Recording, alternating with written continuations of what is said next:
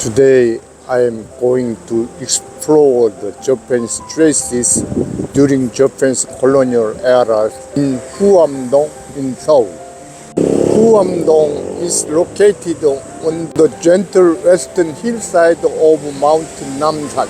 That's why there are many Japanese residences and major facilities along with the Japanese military headquarters. Most of Japanese high-end residences had remained till 1960s. Nowadays, most of them disappeared. Urban redevelopment. However, there are so many Japanese traces around here until now. This is the old Japanese house called Jiwoljang, which was built originally in 1910 during the Japanese colonial era. This house shows us of the original Japanese architectural styles of the times as its original state. Current owner has been distributed from the government after liberation. The owner since has been maintaining the original state to this day. This is the site of dormitory of Japanese bank called Joseon Bank during Japan's colonial era. The original Japanese dormitory had been demolished. Now this house has been used as the dormitory of the Korean bank. The Korean orphanage called Yeongnak Boyugon, which was originally Japanese orphanage during the Japanese colonial era. This Japanese orphanage has been well known for respectable Japanese called Shoda Gaichi.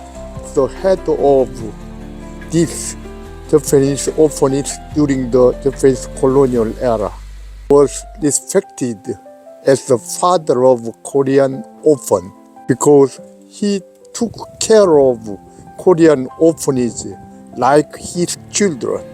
When Korea was liberated from the Japanese colonial regime in 1945, he also returned to Japan, but he came back to Korea by the Korean government invitation.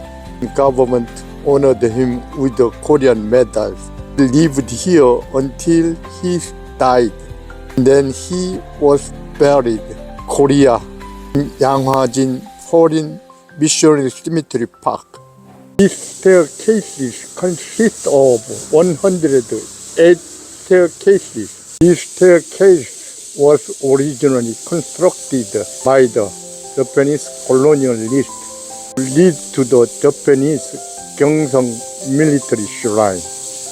In 1943, monorail in the center was constructed by the Korean government for the residents' convenience. This is the Sungmyeong Women's University dormitory called Haebang Tower. This place originally housed the Japanese military shrine called Gyeongsang Shrine. In Japanese colonial era, Gyeongsang Shrine was constructed in 1943 by the Japanese colonialists to enshrine deceased Japanese soldiers and to respect them.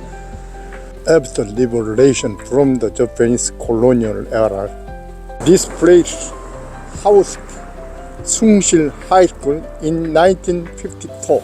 Sungsil High School was originally famous for the strong anti-Japanese movement. That's why this school was closed by the Japanese colonialists in 1930s. It is a very historical, ironic twist that pro-Japanese place get into very strong anti-Japanese place. Sungsil High School had been stayed here until mid-1970s, then moved to another place. Now this facility is the Sungmyeong Women's University dormitory. This is the site of independence fight Kim Sang-ok's resistance against the Japanese police. Huamdong was one of the most respectable independence activists during the Japanese colonial era. In January of 1923, he threw the bomb toward the Japanese Jongno police station. After then, he hid in this place. A few days after of the bombing incident, Japanese chased him and raided this house. There was a fierce gunfight in this place. Even though he escaped and fled from this place, few days later he was found in another place, and he finally chose to take his life with his last bullet rather than surrender. Now his statue stands in Maronia Park in Dongsungbong to commemorate his brave patriotism. This is Yongsan High School, which is famous for one of the most prestigious high schools in Seoul. This school was originally built in 1918, firstly aid the education of Japanese children. There is a stone monument called Itaewon. Itaewon was the old accommodations during Joseon Dynasty, providing lodging and meals for travelers, traveling officials. Yongsan High School was originally built in the site of Itaewon 1918. The current name of the well-known Itaewon named after the name of Itaewon accommodation.